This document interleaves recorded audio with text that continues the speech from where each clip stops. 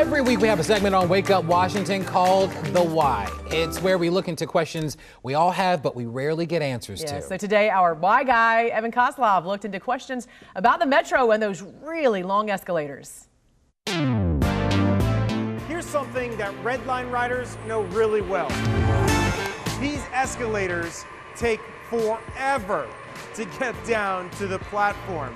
Like seriously, it's still going. We watch you every morning. Oh, you watch? Yeah. Good. Get up BC and all that. Oh, great. Well, I'm glad you watched. All in all, this took about 5 minutes to get down. Yeah, these stations are deep. Take this one at Forest Glen. It's the deepest one in the system at about 195 feet. In fact, it's so deep, it has elevators, not escalators. Then there's this one, Woodley Park. It's second on the list at 150 feet. And don't get me started on some of the escalators in this system. Take this one over at Wheaton. It's the longest in the system at 115 feet. It's the largest escalator in the hemisphere. I'm Seth Feldman. I work with Evan. Even upper management notices all this. That guy works for the company that owns Channel 9. He visits all the time, and he had that question. Why is the Metro so deep? I mean, it's like halfway to China. Well, Seth, it might not surprise you that the answer lies in geology. Basically, engineers say you could build these stations in two materials, in soil and in rock.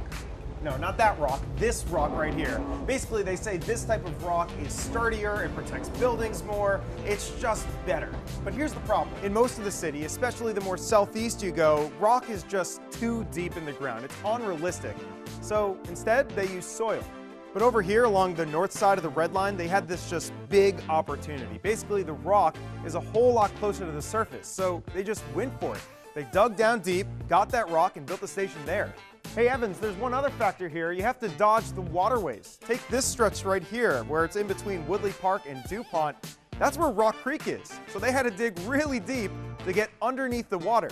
That's pretty cool. Meanwhile, another reason that these trains are so deep is about what's above ground. Take DuPont Circle, for example. If they did a shallow dig to build that station, it would have created a mess. We're talking traffic concerns and blocked off roads. It also could have put the old buildings along Connecticut Avenue at risk. So instead, they did a deep dig. So that's the answer. Now you know why the Metro is so deep. All right, so obviously the lesson here is that Metro is deep, but how does it compare to other stations across the globe? Well, I've got the stations that are the absolute deepest. There's one in Russia, it's called Arsenalna. It's 346 feet deep. And then there's another one in Pyongyang, North Korea, 360 feet deep. So that's way deeper than any station here in the Metro. Look, we want to answer your why questions. If you have any, you can contact me on Twitter at eKoslof, on my Facebook at Evan Koslof Reporting, or you can just shoot me an email at ekoslof@wsa9.com. That's today's why. I'll send it back to you guys in the studio. All right, Evan, thank you. That was really creative of him.